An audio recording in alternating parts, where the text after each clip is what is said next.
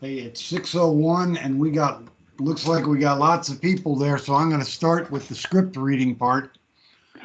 To conduct this meeting wholly electronically and to effectuate both the emergency procedures authorized by FOIA and the emergency ordinance, the Fairfax County Athletic Council needs to make certain findings and determinations for the record. It's a bit cumbersome, as you've grown used to, so I ask you to advance in advance for your patience. First, because each member of the Fairfax County Athletic Council is participating in this meeting from a separate location, we must verify that a quorum of members is participating and that each member's voice is clear, audible, and at an appropriate volume for all of the other members. Accordingly, I'm going to conduct a roll call and ask each member participating in this meeting to state your name and the location from which you are participating. I ask that each of you pay close attention to ensure that you can hear each of your colleagues. Following this roll call, we'll vote to establish that every member can hear every other member. Jason, the roll call. All right. Good evening, everybody. Braddock District, Marcia Pape Daniels. Good evening. This is Marcia Pape from my office in the Braddock District. Thank you. And alternate for Braddock District, Marco Mira. This is Marco Mira calling from University Mall Theaters, my humble abode away from home. Thank you, Mark. Drainsville, Greg Beckwith. I'm here on my telephone from my house in Great Falls, Virginia, in the Drainsville district. Thank you. And Drainsville alternate, Brian Lewis. Hunter Mill, James Elder. Hunter Mill alternate, Harold Leff. Lee District, Lisa Mickey.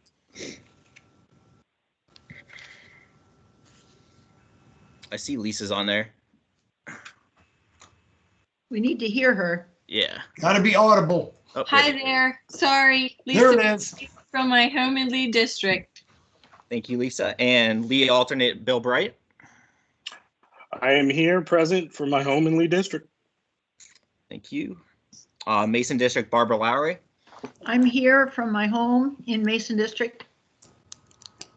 Mount Vernon District, Lester Munson. Lester Munson here from my home office in the Mount Vernon District. Mount Vernon alternate, John Corley. Providence District, Steve McLaughlin. I'm here from what I wish was Nationals Park, but it's just my basement as usual. In the Providence District. And we have a new Providence District alternate here tonight, I believe. Kelly, I apologize if I Osiwala. Yes, it's Ego Aswala, and I'm Okay. joining from home in the Providence district as well. Looking forward to joining the team here. Thank you for joining us tonight. Welcome, Kelly, and I'm doing Ego Aswala until I get it right. I think you've already nailed it. Sounds Okay. good. Practice. I've been practicing. Good to see you again, Kelly. Springfield District, Mike Thompson. This is Mike Thompson. I'm here from my home in the Springfield District. Thank you. And Springfield alternate, Mark Heilbrunn. Sully District, Gary Flather. Gary Flather here from Spring Hill, Florida. Sorry, people. Sully District alternate, Mark Abbott. Mark Abbott is here from Chantilly, not in Florida. Sorry, Gary. Diversity at large, Mark Fernandez. Alternate, Eric Sohn. Member at large, Catherine Quinn. Hey, Catherine Quinn's here from my home office in Reston, Virginia. Thanks, Catherine. And member at large alternate, Anne-Marie Swope. Hi, Anne-Marie's here, also from her home in Reston, Virginia. Town of Clifton, Jeff Stein. Jeff Stein here from my home in Clifton, Virginia. Thank you. Town of Herndon, Roland Taylor. This is Roland Taylor live from Herndon, Virginia. Thank you. Town of Vienna, Sam Altoff. Baseball Council, Rob Haney. Rob Haney here from my house in Centerville. Basketball Council, Steve Bergstrom. Basketball Council alternate, Stu Clark. Fast pitch softball, Susie Williamson. Susie here in Springfield, Virginia. Thank you, Susie. And alternate Ryan Buchanan. Football Council Mark Miana. Mark is here in out of town in North Carolina. Thanks, Mark. And Football Council alternate Ted Hollingsworth. He is en route back from Florida, driving as we speak, and won't be able to join. Got it. No worries. Lacrosse Council Marianne Wagner. Yes, Marianne's on from Great Falls, Virginia. And alternate Dave Paddock. Slow pitch softball Carl Cohen. Here from my home in Vienna. Alternate Christine Idup. Soccer Council Lula Bauer. Bauer's here in Lee District. And Soccer Council alternate Trish Moxie. Can everyone hear Lula? Can't hear you, Trish. I can't hear Lula or Same Trish. problem with Lula turning up the volume this week.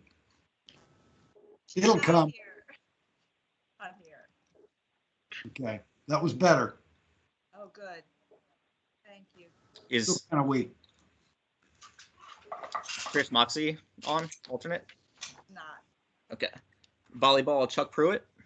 Yep, Chuck Pruitt here from my home office in McLean, Virginia. Thanks, Chuck. And volleyball alternate Rob Bailey. I'm here from Annandale, Virginia. Thanks, Rob. Women's sports programs Jenny Cantwell. I think she said she'd be late. Yeah, I think so too. And alternate Hillary Richardson. Park Authority Mike Thompson again. He's still here. Yep. This is Mike Thompson. I am still here in Springfield, Virginia. And Kurt Lewis. Kurt Lewis here, my home in Fairfax. And Fairfax County Public Schools Melanie Marin. Bill Curran. And Vicki Garner. And NCS Sarah Allen. Here. Keisha Dodson. Here. Carrie Navisado. She will not be here. Okay. And Mark Martino. I'm here, and just to let you know, Bill Curran told me he had another meeting he'd be on a little bit after 6. And Jason, we may want to see if somebody other from the school, like John Chapman or anybody else, is here from community use. I don't know if they are or not. Okay. Not seen anybody, but Okay. that's the end of the roll call, Steve. Yeah. Okay, thank you. At this point, I'll pass the virtual gavel here to Barbara Lowry so that I may be heard to make the requisite motion. I move that each member's voice may be adequately heard if Lula speaks up a little bit by each other member of the Fairfax County Athletic Council. You've moved that. I second your motion. Okay. Then you get to say, are there any objections? Hearing none. Are all in favor? Right. So second, having established that each member's voice may be heard by every other member, we must next establish the nature of the emergency that compels these emergency procedures. As if we don't know this by now, the fact that we are meeting electronically, what type of electronic communication is being used, and how we have arranged for public access to this meeting. Therefore, I move that the state of emergency caused by the COVID-19 pandemic makes it unsafe for the Fairfax County Athletic Council to physically assemble and unsafe for the public to physically attend any such meeting, and that as such, FOIA's usual procedures, which require the physical assembly of the Fairfax County Athletic Council and the physical presence of the public, cannot be implemented safely or practically. I further move that the Fairfax County Athletic Council may conduct this meeting electronically via Microsoft Teams, and the public may access this meeting by calling 1-571-429-5982. Conference ID number 885-990-748. Hashtag it is so moved. And I second your motion. Hearing no objection to the motion carries. And finally, it is next required that all of the matters addressed on today's agenda must address the emergency itself, are necessary for the continuity in Fairfax County government, and/or are statutorily required or necessary to continue operations and the discharge of the Fairfax County Athletic Council lawful purposes, duties, and responsibilities. It is so moved. And I second your motion. If there's any objection, I hear no objection, so the motion carries and we're going to move on. I think we now get to have a meeting. Hopefully that's enough time for Bill Curran to figure out whether we're going to have school tomorrow. To the agenda, excuse me while I open it and change the file here. Bear with me just a second. File opening. I don't think we have any presentations. I'm still waiting for the file to open, but I'm pretty sure presentations from the public is the first item on our agenda, and I don't believe we have any. Come on, computer. What's the second item on our agenda, Jason? Oh, there it is. Presentations to council. I don't believe we have any, but we do have minutes from the January 21st meeting. Is there a motion to approve the minutes? Motion to approve, Gary. And a second. Second, Rowan Tyler. Any discussion? Hearing no discussion. Any objection? Hearing no objection, the minutes are approved. Chairman's spot. This is where I'm just going to pass on to Gary, because I think what the chairman's been doing is attending Gary's committee meetings on the Sports Tourism Implementation Committee. And we're going to get a report on that. Do we have a winter spring gym use update from NCS that we can go through now? Certainly can do that. We'll start with down the list, Mark. Yeah, there you go. The winter, we're finishing up the winter sports season, and I think it's gone relatively smoothly. I think I talked about that at maybe the last meeting. We've had a few blips, but for the most part, groups are following protocol. They are doing what they're supposed to do. We've had our monitors out that are addressing issues and things of that nature. But I think to be able to get through a winter to having some gym use, it went probably as well as could be expected for the winter. The spring gym use, I'm not so sure how that's going to go. We are getting probably as many cancellations last minute as we've ever gotten. Some of it understandably. The schools are going back in the classroom, and therefore they're making adjustments. The issue is that we're getting late cancellations. Just an example, we got Carson Middle School in Irving that have basically blocked out both their gyms for the remainder of the year to use that space as classrooms. We have spaces that are being used as cafeterias. And so all of this is still happening. Jason, we were supposed to do a transfer this Friday. Our biggest fear is what we don't want to do, and we hope that you can take this back to your constituents. We don't want to send out schedules and then have to all of a sudden change them because we're getting updated blockouts. I don't know, is anybody from community use here, like John or Alexander? Is anybody here from community use? It looks like Bill just signed on. Okay. Yeah. But when I talked to John, basically what John Chapman told us is that, you know, they're sending out reminders, and the principals are doing this because they're trying to figure out what to do within their own schools, and that the principals really are the stewards of their schools. So when they make that decision to, you know, block out the gyms for whatever use they knew, we accept it, and then we have to go from there.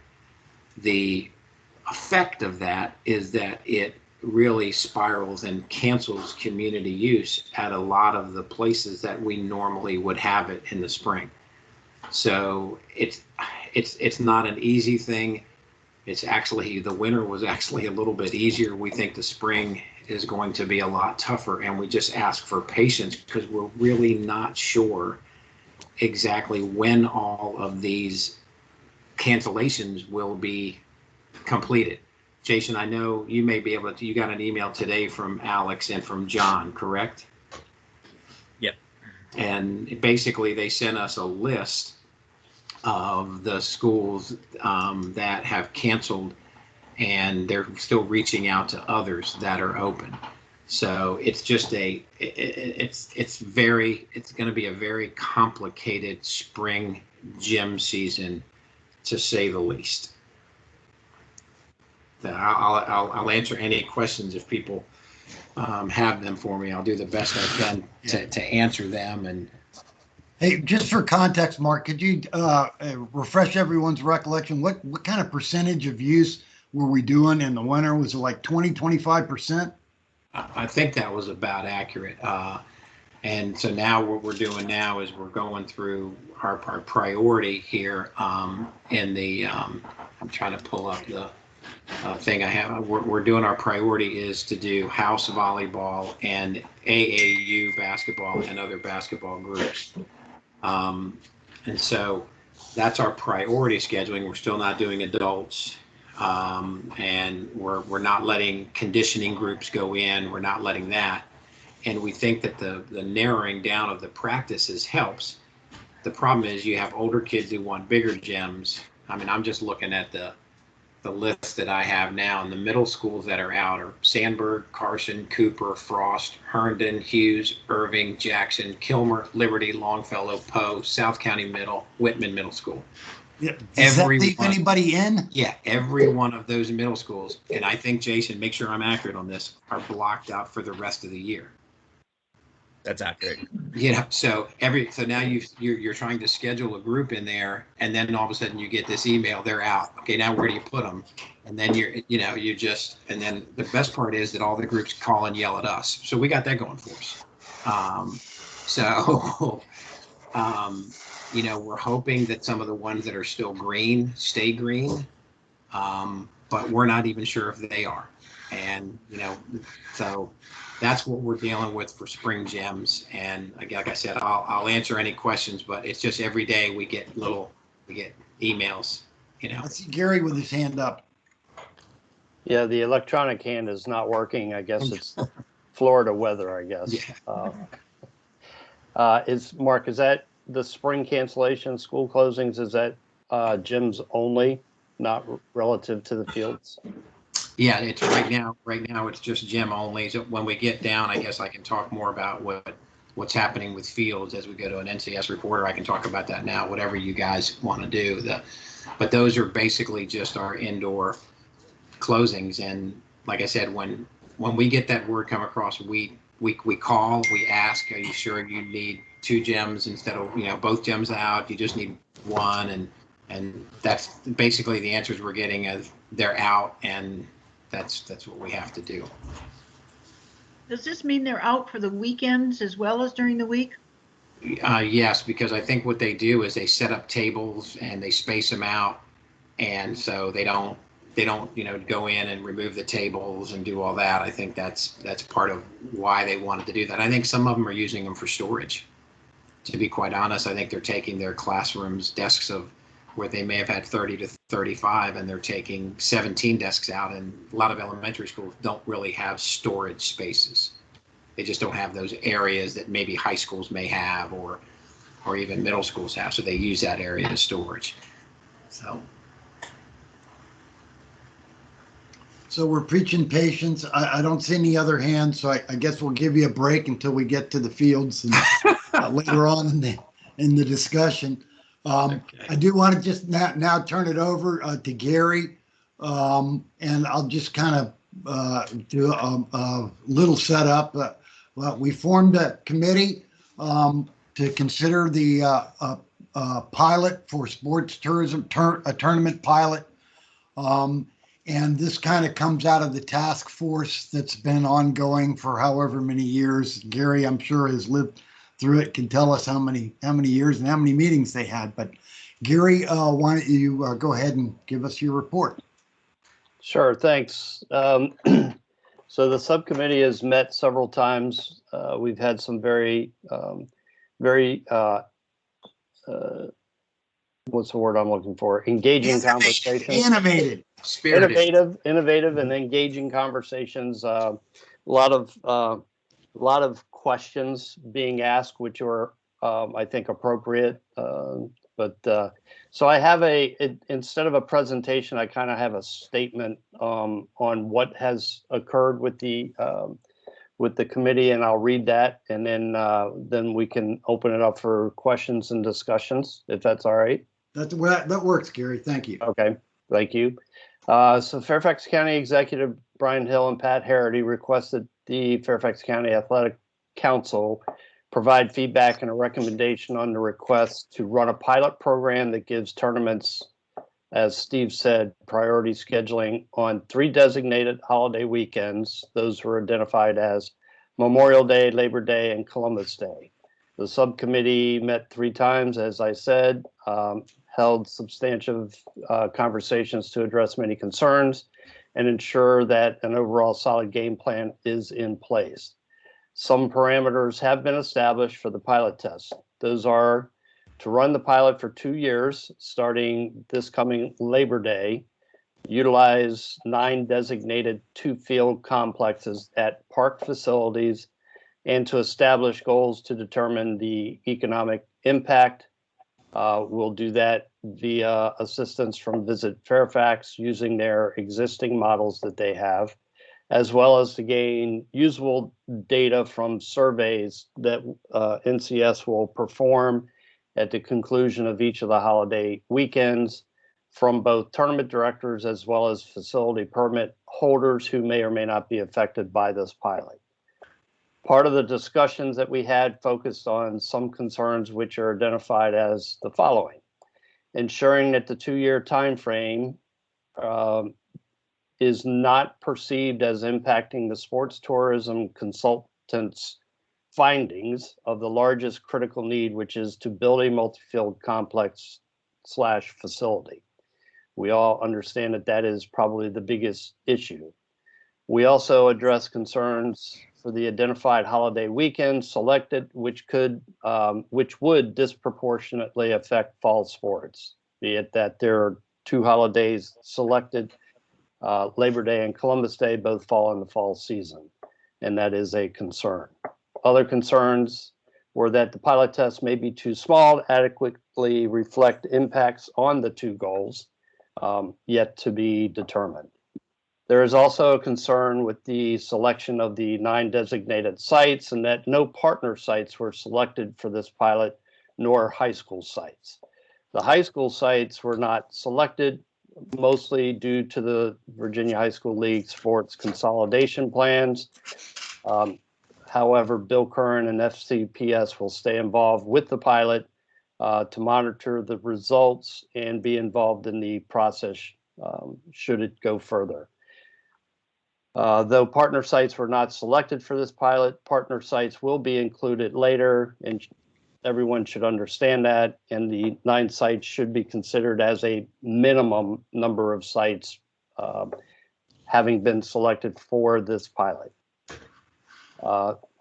Notification of the pilot test, if approved tonight, will go to all rectangular field permitted users, outlining both the test as well as the need for survey completion at the end of each holiday weekend. I think that is one of the engaged conversations, was to make sure that not only the permitted users of those 9 sites, but also any rectangular user, so that we can get feedback from everybody. As Stephen has said, the more information we have, the better.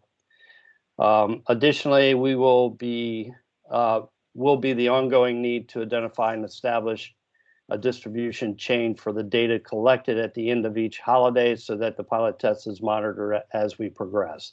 The point here is we want to make sure that we are actually collecting data and presenting data at each step of the way, and not waiting for the end.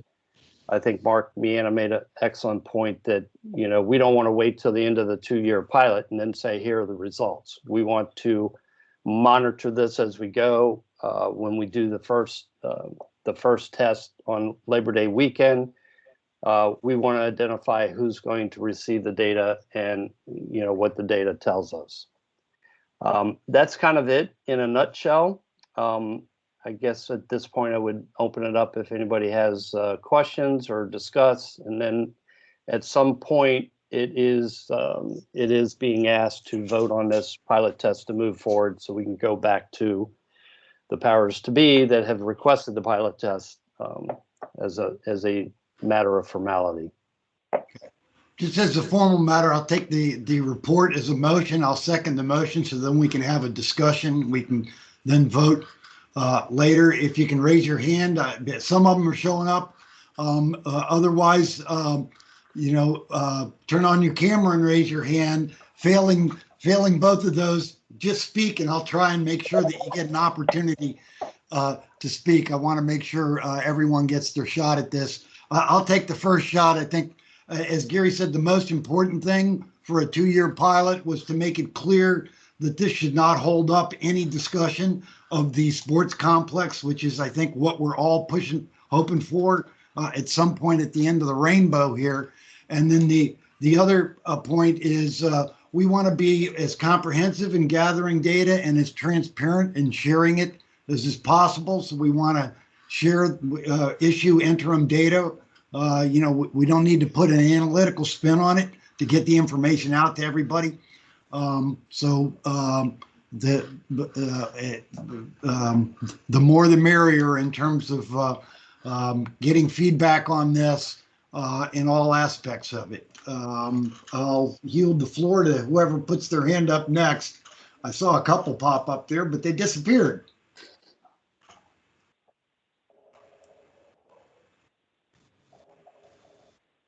I'm leaving a little pause for someone to jump in.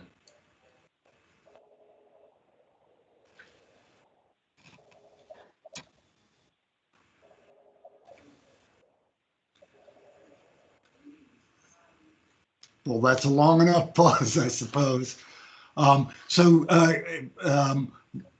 This motion would pass if we'll call the question. Where does it go next? To the Board of Supervisors? I believe it would go back. Mike, you want to help with that? I'm actually not sure. Yeah. I believe it would go to Karen Harity. I believe technically it would go to Sarah, because aren't you the acting right now? So it would go to Sarah as the acting head of NCS, who is our liaison to the Board of Supervisors. For them to work through. I think it gets courtesied the schools and the park authority, because those are the 3 entities that we advise. Yep, I'll bring it to Chris and Brian and then to the board. Yep. Okay, thank you for that clarification. So I'm not going to do a roll call here because that's kind of cumbersome.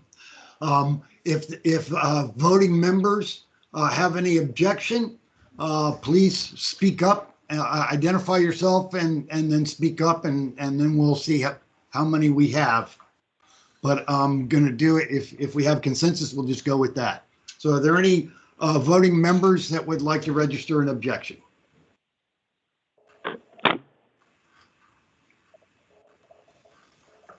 Hearing none, the motion passes. Thank you, Gary.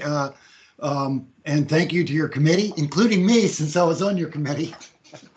But as we all know, the hard work is in the committee. And I think we did a pretty good job of identifying the trouble spots that were giving people heartburn, and there was significant heartburn. But I think a recognition that we need to move this forward. If we're ever going to have a sports complex, we need to have some data on what they could hope to generate in terms of income. So I guess I'll put that to bed. The next item on committee reports, we had some discussion at our several meetings about things that we would like sports organizations to do and sports organizations sharing information. And I think at the end of the last discussion, I think Jim Elder was leading the discussion. At the time, we said, you know, we should put all this together under a committee. So we did come up with a committee, and we came up with a name. Now we need members and a chairman. So the committee is the best practices for sports organizations. It would cover things like criminal background checks, the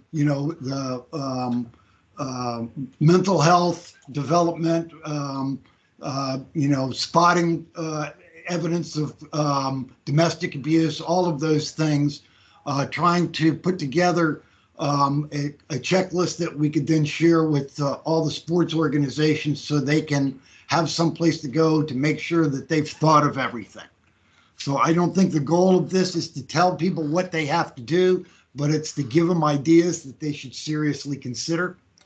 And I would just ask if you just let Jason know with an email whether you would like to serve on that committee. And then we'll, from the people who are willing to serve, we'll see who wants to be chairman. Mark Martino has his hand up.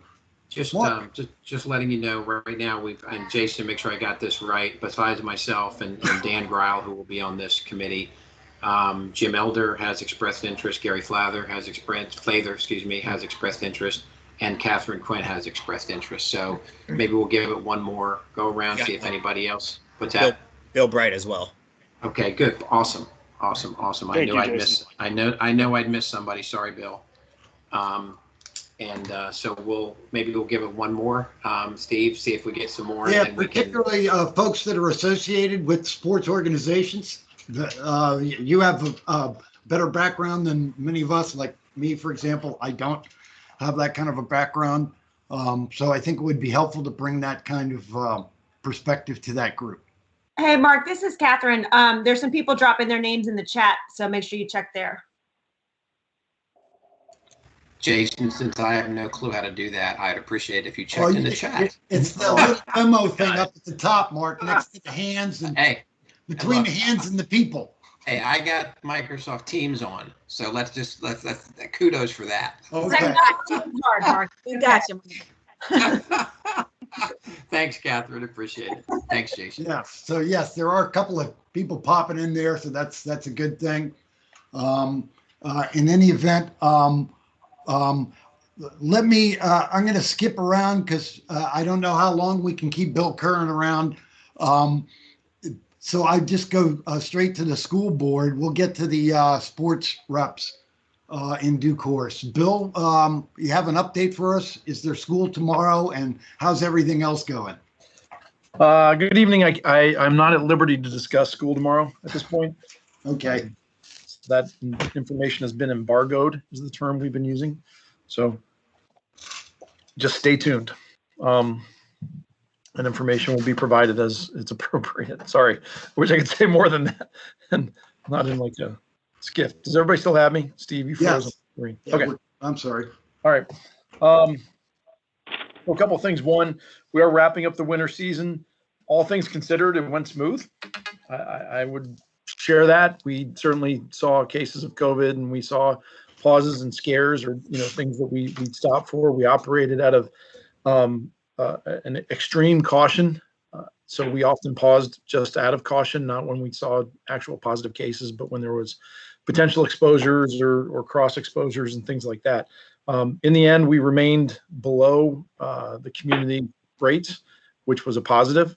And if this group so wants to hear it, I'm happy next month to share some of our detailed data on how the winter season went. I don't know if you want to get that deep into it, but we do have very, very good data. Worked very closely with the health department every day, which we do. And that worked out real, real well.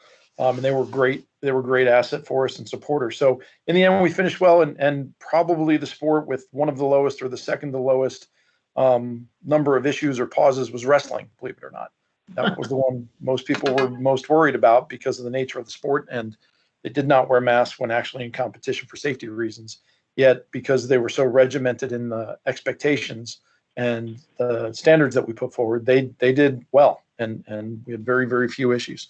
Tonight is the state semifinal game between the two regional champs from Northern Virginia. So it is Hayfield versus Centerville that is playing tonight. That is a state semifinal game on the boys' side, and then on the girls' side, it is West Potomac versus South Lakes that is going.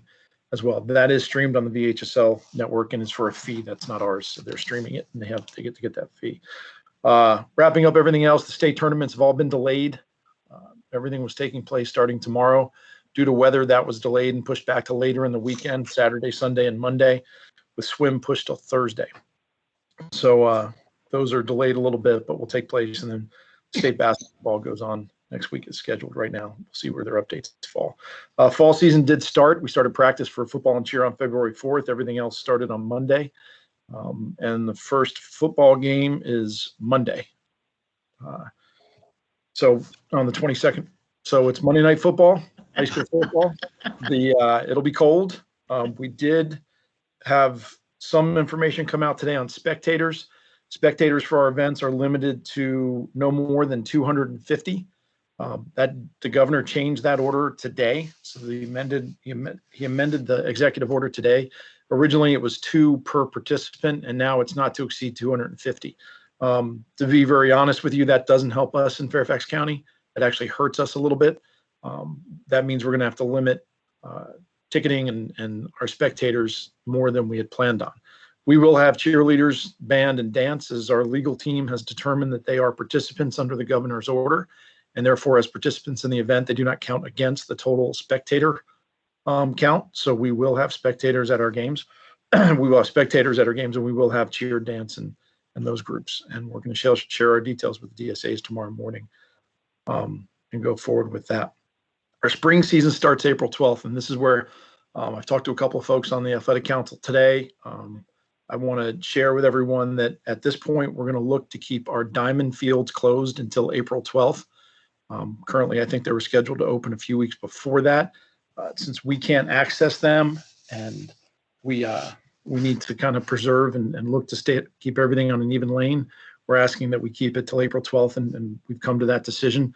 I have talked to Rob. I don't know if he's on this call, but Rob Honey, talked to Rob about it because of the impact it has on baseball and softball. Was able to have that conversation, talked a little bit with Mark and some others, and kind of went through this whole piece. So that's probably the biggest piece, is we're going to keep those fields closed until we start and align it with our baseball season. Normally it's a couple of weeks after we start. Obviously with the change in seasons, that wouldn't be reasonable. So we will push that back. And that's where we are. Okay, thank you, Bill. Are any questions for Bill and the schools? I'm seeing hands pop up. Mike, you're the first hand I saw pop up. Thanks. Bill, when you're talking about the limit on 250, that's for all outdoor sports, right? That's not just football, though. That means like 250 for a field hockey game. 100% correct. Thank you, Mike, for the clarification. That applies to all outdoor sports. Indoor is still limited to 25. Outdoor is going to be 200 to 250. Yeah, very limited. Thank you. Rob Honey, you're next. Yeah, so Bill and I had a good conversation on this. There's just sort of one thing that I want to throw out there, and this is not related to this closure specifically, but it's a larger conversation, and Mike can probably help me with this moving forward, not here tonight. But these type of things just sort of highlight the disparity in artificial turf fields, because obviously rectangular sports are going to continue to play in March and April. And the things that I would like to focus on moving forward, not here tonight, is potentially moving up opening dates on grass fields for diamonds at the park level, moving back closing dates, and having the ability to, add some field conditioner products and things like that I've had trouble getting past with the park authority, so that we can have less rainouts and things like that. Just keep in mind, like, baseball leagues are going to come to me, and I would assume softball leagues are going to come to Susie and say, the soccer people, the lacrosse people, the boom, boom, boom are having community use in these 2 to 6 weeks. So, and we're not. Again, don't disagree. Bill and I are on the same page with everything. I'm just sort of highlighting, we lose 13 to 15% of our games due to rain. Our seasons start later and end earlier. And then things like this affect us more by having grass fields. So again, long-term, big picture conversation. mainly with the park authority. Just wanted to sort of highlight that quickly, not talk about it tonight. Thank you. All right. Thank you, Rob. Are there any other questions for Bill?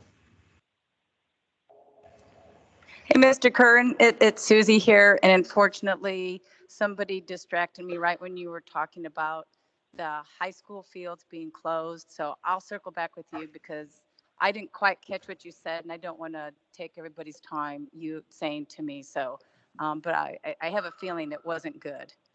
So, and I just would say I would love to be a part of those conversations instead of hearing it in this venue. That's all I'm going to say. So. Thank you, Susie. You're going to have a nice conversation there, Bill, later. Are there any other questions? Go ahead. Any other questions for Bill? Okay, I'm not seeing hands up, so I'm going to go back to the regular agenda, and we'll start sports reps report out. Jason, can you run down the list? Yep, I got it. Baseball, Rob? Yeah, quick one. We are having we did this back in March, April, or I guess April, May of last year. We've got a couple hundred people on a conference call or a virtual meeting this Monday at 5. Not only from Fairfax, but actually throughout the state of Virginia and DC and even some Maryland to discuss COVID protocols. Obviously, nobody is giving any of our leagues in all sports, definitive direction. So it's important for us to make sure that we're following the guidelines, but to drill down and get more specific protocols in place. And we're trying, at least at the local level, to be on the same page with things like masking, and how that's changed and evolved since the summer and the fall. I know most of the protocols, pretty stringent, that we put in place will continue, and then we're going to update our masking policy to be a little bit more specific and more masking than we had in the past. So distancing, extended dugouts, but also masking. As Bill can attest, we're assuming that at the high school baseball level, we're going to be masked 100% of the time, even in game. And I think it's important for all of us to sort of prepare for that and be somewhat consistent with that. So that's Monday at 5. I'm hoping we have some softball folks on there as well. That's my report. And sorry, I noticed Mark Miana is wearing a Nats hat, and Steve's got the Nats Park background. So I just wanted to make sure that everybody was aware of all those baseball / diamond sports fans that we have on the Athletic Council. Thank you. Thanks, Rob. Thank you, Rob. Did anyone hop on for basketball? Steve Bergstrom or Stu Clark? Don't see. All right, next is fast pitch softball, Susie. So some of the things that Rob had alluded to as far as the opening of the fields and the closure and trying to get it a little more aligned into what actually the softball community needs. And again, I'll probably have more to say after my discussion with Mr. Curran. So, but we're trying to do the things as far as with the masking, and so the kids can play. I mean, it's their mental health and going and keeping it equitable as best as possible. So again, as we've stated before, when there's no plan, the answer is no. So we will be bound and determined to work on making a plan so things can be yes. So thanks. Thank you, Susie. Football, Mark Miana. Just everybody's excited that football's starting on Monday. I think that goes to be said for everybody in the community. That's it. Thanks, Mark. Lacrosse, Marianne. Yes, I've asked Jeff Deal to report for me. Sure, no worries. Hi all. We have had 3 user groups report problems getting field permits. Southwestern, Burke Athletic, and Annandale Youth Lacrosse. We have any idea what the holdup might be for them? Have they reached out to their schedulers? Yes. Well, you can certainly then reach out to me offline and we can work through the process. I'm not sure exactly what the issue may be. I'm not sure why we've sent out spring permits, so most groups should have them. To the major groups should have them. And so you can certainly reach out to me offline and we can work through that process. Okay, thank you. We've also had one user group in Vienna report unusual restrictions this year to their field permits. They were denied any time at Madison High School and Marshall High School on Saturdays. Again, you need to reach through the schedulers to do that. That's what those groups should do, because they can talk about the particulars of why that may happen. It may be because there are some high school practices that are going on, maybe because other groups have those fields during that time period. So I would encourage those groups to work specifically with those schedulers and try to figure out why that is and to come up with the solutions that they can to help those particular groups. Okay. Other than that, only thing to report is seasonal start has been delayed by 2 weeks, starting post-Easter, to try and accommodate some of the unforeseen issues. And due to the lack of field permits rolling in for everybody, the deadlines for field submissions to get things planned for the season has been pushed back to its absolute latest date. And there seems to be some fear that if these issues don't get resolved soon, we may have to push the season start date, again, jeopardizing playoffs. But I will report back that they should continue to work through their individual representatives. Thank you. All right. Slow pitch Jason. softball. Yeah. Jason, hey, I had a question for Jeff. This is Gary Flather, also from Southwestern Youth. Did you mention Southwestern Youth as one of your 3 that had issues? Yes, Deanna reported as of the 15th she had not received her permits. Yes. Okay. She does have them now. She got them on Monday. So great. Yeah, you can mark them off the list. I will. Thank you. This is Mike Thompson. I as somebody connected with BAC for a long time. I just talked to the executive director, I guess not president there, and Carol said that the issue centers more on some of the weekends. The school's taking weekends, but that it's resolving itself with the wonderful staff at NCS. So I think that's in the process of being taken care of. Okay. Do we have a date by chance?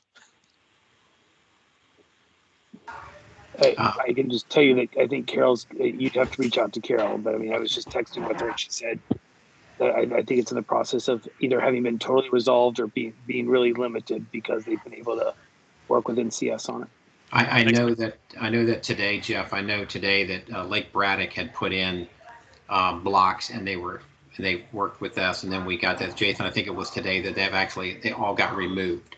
So then once they got removed, then we could resubmit that. We could actually put the schedules in and send them out. So that I know that was an issue there, that they had actually blocked them out incorrectly and they removed them. So we worked through the schools for that. Which probably addresses a big part of the BAC problem since they're the partner on that field. Yes. Thank you all. All right. Slow pitch, Carl Cohen. Nothing new for still planning for the spring season. All right. Thank you, Carl. Soccer, Lula Bauer. Can you hear me? Yes, barely. Yay. I have nothing to report. I heard that. All right. And volleyball, Chuck Pruitt. Yeah, hey, I saw some good news for volleyball. We've had a few meetings of the different commissioners of all the rec leagues. Looks like 7 of the 9 Fairfax County Youth Rec Leagues are going to go ahead and move forward with the spring program, which is good news. We've been meeting trying to kind of get some common understanding of what we should all do as a group, best practices, lessons learned, things like that. So I think that's been helpful in building confidence in all the different groups opening up their spring program. It is definitely disturbing to hear that we may lose all of the middle schools because they certainly, at least in McLean for my program, we rely heavily on the middle schools for practices and matches on the weekends. So we'll have to get creative, I suppose, and use some smaller gyms, elementary school gyms. Even though I've heard that, again, several of the elementary school gyms in our area are closing for the same reason the middle schools are. So we'll see if that works. I did spin an idea with some of the folks in the meeting here about volleyball, which is, of course, traditionally an indoor sport, potentially using outdoor fields to play matches. And the thinking behind that is that gyms are great, it's, a good environment, but we certainly can't, if you have 12 kids at a practice, you're doubling the risk when you have, 2 teams in the gym. Again, not horrible. High school's obviously doing it, but in small elementary school gyms, it's going to be a little bit more of a challenge.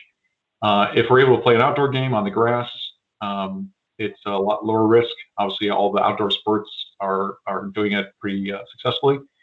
And then the other benefit is if you play outdoor matches, you can have spectators, so parents can watch and enjoy seeing their kids play a game. So again, that was an idea that I tossed out a few of you guys. I think there's a policy that indoor sports can't reserve outdoor fields, but it'd be interesting to see if it's possible to get an exception this year. Sports programs like mine would certainly provide their own outdoor nets and make sure that we rotate around so that one spot doesn't get too much use, like the crease of a goalie or the goalie box in a soccer field. But any thoughts about that? Is this something that we should pursue further, see if we can get opportunities to play outdoors this spring? Mike had your hand up. Mike, did you have a comment? Yeah, Chuck, I know Chuck had emailed me about this, and I had reached out to talked to some folks internally at Park Authority.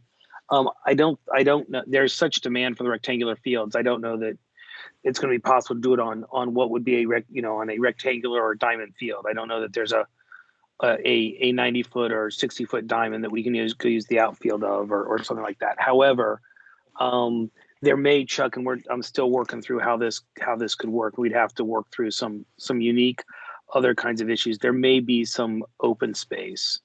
Right. The issue there is that there are some issues with maintaining that space, making sure that it doesn't get worn. It's not treated like an athletic field, so it's not all that kind of stuff. But there may be some potential ways to work there. There was also a suggestion that, and I know it's not perfect, but there may be some options to try and either use some Park Authority gym space that might be possible, or other kinds of outdoor space. But where the grass field space, there may be a shot at some of the kind of open grass areas in a limited way. We can't just do it everywhere, right? But there's also a quality of the space issue. Not all of it is flat enough without divots, that kind of thing, to make it an acceptable playing space. No, I appreciate your help doing this, looking into it. Again, just trying to create more options, try to build a safer program as possible so as many people can participate. Good news is folks like myself and even Rob on the phone, we play a lot of outdoor volleyball, and we certainly know there's some challenges with the grass, especially if it's like wet out. It's likely you're going to damage grass faster. A lot of people stomping on wet grass than dry grass. But there ought to be a way that we can find a way of doing it that's not going to steal rectangular fields from soccer, lacrosse, and other outdoor sports. I like that idea of having maybe the shared space in parks, and maybe we just try it. Maybe give us a chance to do it 2 weekends or something like that. Assess where it is and figure out if we need to do more after that, or can do more. This I was actually going to mention this in the Park Authority report. But yeah, I mean, it's looking at some of the options, but also recognizing that there's going to be, we have to assume there'll be significant public demand also on the weekends for folk, the families that want to go out and do their picnics and whatever else. So as we define the right spaces to try and be helpful, it's just working through that stuff. But hopefully there, like you, I'm you know, like I've done with basketball and other folks, is just trying to come up with creative options that let kids play first, and then if we get that solved, then maybe come up with options for adults to play. No, I appreciate your help on that. Thanks. A great idea and great effort, Gary. Yeah, Chuck, this is Gary Flather. I'll speak on behalf of Sully for, you know, we have two large programs in Sully, CYA and SYA. And I would highly like to encourage you to do that. And I would offer, I think that we have, between our two programs, have space that we could do if you want to do some type of trial. And I think our volleyball program would be encouraged by it. We have done outdoor clinics before. Right. And I think that we have a unique situation where we have some space that we could probably offer up that would work. That's great. Yeah. I know you've got some great commissioners in volleyball in your group, so that's a great idea. I'll try to bounce that idea off them as well, see if they're interested in trying that as an experiment, see how it works for the rest of the groups. Yep. Be happy to copy me on the email correspondence. If you're done, Stephen, if I may, it brings up another item which Mike Thompson brought up a while back, and I support it, which was for NCS to look into doing summer allocations for outdoor basketball courts. I don't know where we stand with that. I'm not sure if there was any follow-up, but if this COVID thing continues, I would very much like to look into an exception for scheduling outdoor basketball courts for the summer. Yeah, just as go ahead, Mike. I was just going to say, by way of quick update, Gary, and Sarah, clearly we've had a change in the world, and that is that while Bill Curran is still here, the head of NCS has become a deputy county executive, and the director of the park authority has retired, and we have a acting park authority executive director. Previously, all three had agreed that the idea of trying to identify outdoor basketball courts that we could look to potentially do permits on, so that kids could, you know, kids who otherwise these teams aren't going to be able to play or have limited playing options could do something. I know that the executive director, the acting executive director of the park authority is open to it. Sarah, I had not talked to you about it, but I think in the past you've said that it was something worth looking at. So I think that maybe with Gary's prompting, that if we get the three of you guys to talk to each other about what it would take to really take a look at making this work, that would be really helpful. You know, there are lots of unique places like Lake Braddock, the Blacktop, which is sometimes used for parking, but maybe on a Saturday morning or a Saturday afternoon, you know, there's 15 basketball courts that could be used for 3 hours, and you could have a lot of kids playing or something. Gary, there has been previously acceptance with the idea, but a feeling also that we had to get through a lot of what we've gone through in terms of getting ready, understanding what was going to happen in the gyms, that kind of thing. But I think now is probably the time to start trying to make that happen. Yeah, I would just suggest let's put that as a standing agenda item and get a report back. You know, if the current pandemic is not a good excuse to experiment on everything, I don't know what would be. And it's an easy thing to do and say, you know, it's not working next year if the pandemic's passed, because it's a pandemic pilot exception to try and get kids out when their other options are being taken away. So Will do. I need to go back to Jason and get back to the list. Where were we, Jason? Volleyball was the last one, I'm pretty sure. Yep, that was it. Oh, okay. So we can go then into, we already had Bill for the school board. Is there anything else you want to add, Bill, if you're still here? He's still here. I'm still here, other than making a friend frustrated with me and Susie. I'm not sure how to take exception to Mike's comment about the other two are gone or promoted, and I'm still here. I'm old. And, That's Mike, a good thing, Bill. It's a good thing. I don't know what to do with that. It seems I'm batting 1,000 tonight. So with that, that's about it. We'll keep you posted as things progress. Okay, on to the Park Authority. Stop picking on Bill. All right. Before I get started on some updates, we hear baseball, softball. We hear you loud and clear. We are listening. We're going to review the recommendation that you all presented, and we'll get back with you as soon as we can. As for some projects, for those who don't know, Patriot Park North is out for bids.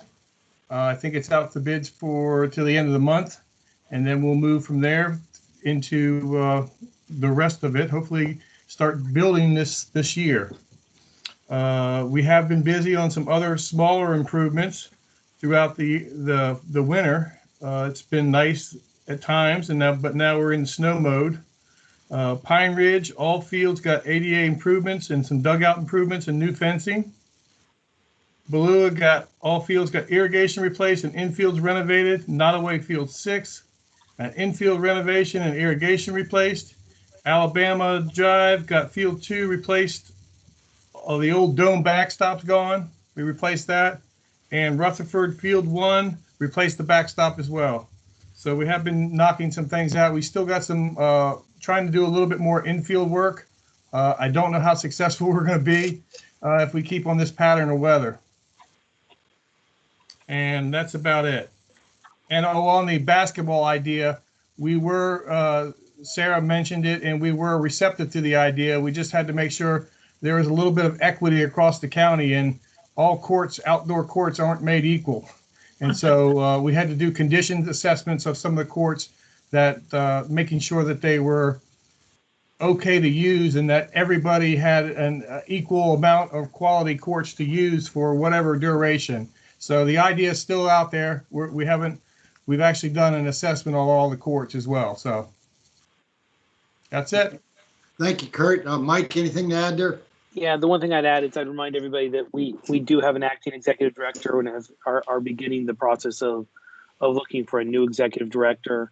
As we go through that, I'm sure that folks on this council will be updated as we go along, because that we recognize that a good executive director of the Park Authority directly impacts how well things are going with the athletic community, since so many of the facilities are park facilities, as we move forward. And then I would just highlight that with Patriot North, that with where we are, theory says, barring some horrible, awful, no good, very bad thing, and horrible winters or whatever, that approximately 25 months from now or thereabouts, we should be cutting ribbons on a completed complex, which does put the point on the need to look at our different policies and stuff. But hopefully, Rob Haney and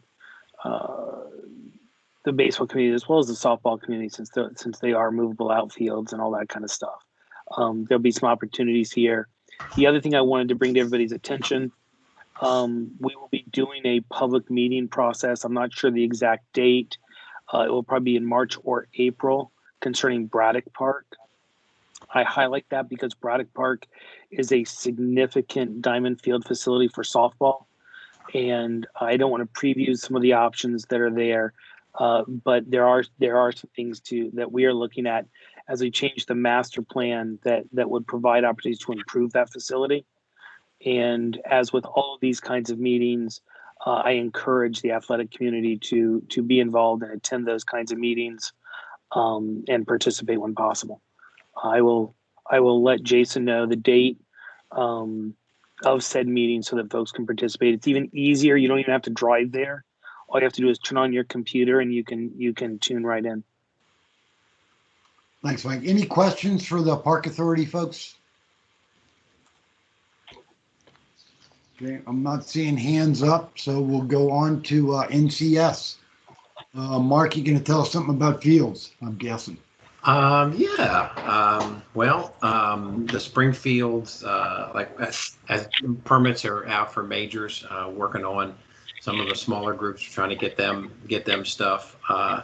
One of the things you just wanted, and with Bill on here, he may be able to kind of reinforce it, that the spring scheduling is a little different right now, because with the high schools, we're ending our winter season and the high schools are starting their fall season.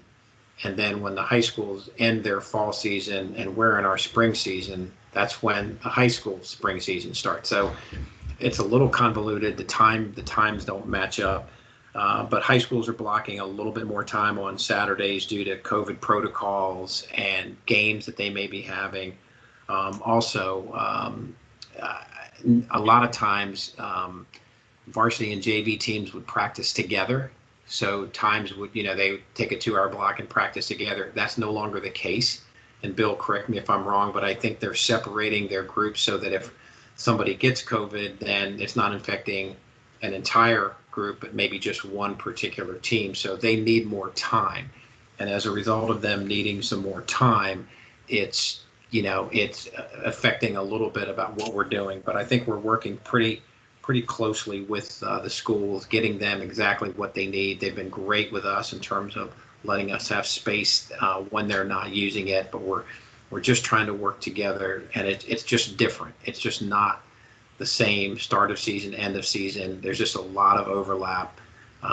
Once we hit the spring season, those fields will be used because it's condensed. Those fields are going to be used almost every night for games. And once they get through tryouts, it's just going to be soccer game after lacrosse game after soccer game. So it's going to affect, I think, a little bit more in the spring season than we're used to. So any questions on that part of it? Actually, I'm sorry, Mark, one quick question that hadn't occurred to me until what you just said. This may be a Bill Curran question.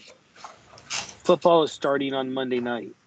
Typically, at the high schools, when there's a varsity football game, the practice fields cannot be used by the community. Is that? I assume that's the case moving forward. And are we actively letting people know when the varsity games are not on Friday nights, so that Yes. that affects lots of things? Okay. Yes, we have schedules. The schools have put in their calendars. Every time somebody gets a permit, it should say on there whether there's a game, and then we make adjustments based on whatever's on that calendar. So they should know that. Again, I'm not saying this flippantly, but it's really important that groups actually look at their calendars. A lot of times groups will look and say, oh, I have every Friday night on this field, and they see it on the first page, not knowing that the second page there may be 2 football games or a field hockey game, and their groups go out there on Friday because that's what they're accustomed to doing, instead of actually, oh, this date we can't because it's blocked out. So they are blocked out. Again, as long as the schools block them out, they're blocked out on our permits. Did I maybe I misunderstood what you said, and maybe I missed it. We're talking about the stadium fields. I mean, when for example, typically field hockey, soccer, lacrosse, those games happen throughout the week in any given season. Yep. And the practice fields have always been available. Correct. That's still good. Okay. But on a Friday night, on a football game, right? Exactly. Yeah, you're correct. Okay, cool. I think I may have misspoke there. So you're correct. Thanks. Anything else on the field issues? All right, Steve, I'm gonna turn over to Sarah. She's got a little something she wants to budget update, and then go from there. Take it away, Sarah. Sure. Thank you. Oh, great. So just in terms of the county executive will be releasing the FY22 budget or advertised budget, excuse me, on February 23rd. And then the Board of Supervisors holds public hearings on the budget April 13th through 15th. Just wanted to put that out there to you all. And then the budget gets markup is on the 27th of April, and then May 4th it gets adopted. So that's we're all looking forward to hearing what the budget is going to say in this environment right now. And just wanted to let you know those two things. And what we're going to do now is have, I believe it's Mark, go through just an overview, a high level overview of the scholarship data, because I understand you all want to start to think about if there's an ask there. So we're going to do a high level overview of the data that we have, and then we'll be glad to come back next month to give you a more detailed presentation on it. And that should be enough time if you're interested in developing something to go to ask for a budget ask or a request. Okay, so go ahead, Mark. I'm not sure how high level it is if I'm doing it, but it'll be at some level. First of all, I think one of the big questions was, has the money gone down? I think that was one of the original questions that we have, and we've done a little bit of research, and the amount of money has always been the same. It's $150,000, and that has not changed. And since I've been here, and that's been a standard amount, that's a budgeted amount for that. I think what has changed is probably the amount of people that are applying for scholarships. And I think that in of itself then reduces the amount of scholarship money that's available. So that's, as we took a look at that, that's what we found out. And as we look, I got two computers going there, so I'm trying to look at data, so I apologize. We looked at like the number of participants from FY14 all the way to FY20, and it's the participants are about the same and the scholarships are about the same. 160,000 participants, a little over 6,000 scholarships are awarded.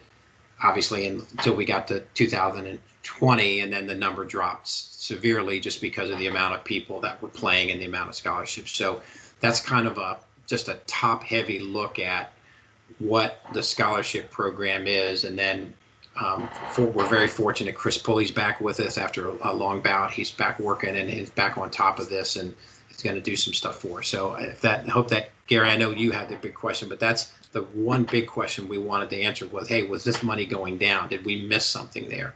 And we know that it's the same amount that's come across from year to year. Yes, I'm sorry, Sarah. That's okay. I just want to clarify something that you said. So the number of scholarships has gone up, correct? You said that it stayed the same for the past 10 years. Okay, well, it has gone up. The money has stayed the same. Probably the number of scholarships has gone up over the year. That's correct. Right. Okay, so, I misunderstood. Okay, I got Lula first, Gary. Okay, sorry. Go ahead. That's right. Lula. Mark, as you're looking into this, I'm just as an ask, just to look into it. So, can you hear me? Barely. Okay, sorry. But I can.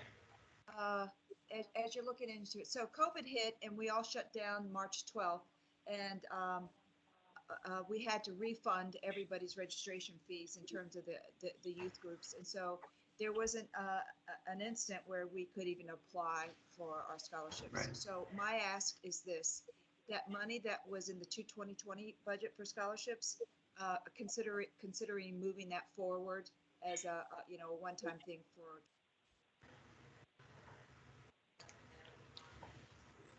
I can answer. Oh, I'm yelling. Lula, I can answer that now. And we do not lose the money if we do not use it all. So it is continuing. Yep. Okay, Gary? Yes. So just thank you for that update, Mark. And Lula, that's a very good comment as well. So when I brought it up, there was two parts to it. One was you guys had mentioned that you thought the money stayed the same. I noted that in my own program, we saw a large reduction, but that answers that question. If in fact the money stayed the same, but more people have applied, that's perfectly fine. The second part of the question, which I think, Sarah, you were saying you could address further, was if we could go to the budget process to try to identify more funds for the scholarship program due to the COVID situation. So I just want to make sure that second part is also addressed. So that's what I heard you all say last time, that you were interested in potentially putting forward a request, and it would be a request through the budget process. And I'll get you specifics about how to do that, assuming it would be a letter from you all to Chris and to Brian, the county executive, requesting that on behalf of the athletic council. And but if we do a fuller description of data and the picture for you all next month, then we're going to be, you could utilize that to talk about what you're asking and how much. Perfect. Thank you very much. Yeah, sure. And just for everyone's understanding and perspective on the process, March is the time for the athletic council to decide what, if anything, they want to say about the budget, because the budget comes out next week, and hearings are in April. So March is the time it'll be on the agenda. If we're going to put in a letter or present any testimony, we need to decide next month on what exactly that's going to be. So come with your ideas and suggestions. And if you can identify an income source, that always helps if you're asking for more money. More money, more money, more money. Yes, that I got that part of the letter already written. Any other comments or questions for NCS? Then I'm going to roll through the new business. Is there anybody have anything to bring up? Old business? Steve, Motion. this is Carl There we go. Moran. There's some old. Go ahead. Yeah, what's the status of the Nottoway scheduling issue? Who's got Nottoway scheduling responses? No, I'm talking about people that are complaining about the light issue, I guess, basically. Oh, okay. I will just say this is for me. That's kind of dormant during the winter.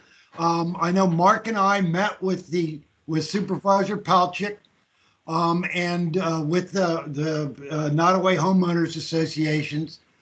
There may be some additional desire to get sound testing, because I think on the one rectangular field, not your issue, Carl, but the one rectangular field that rotated and has turf, there was some concern that that's generated additional noise.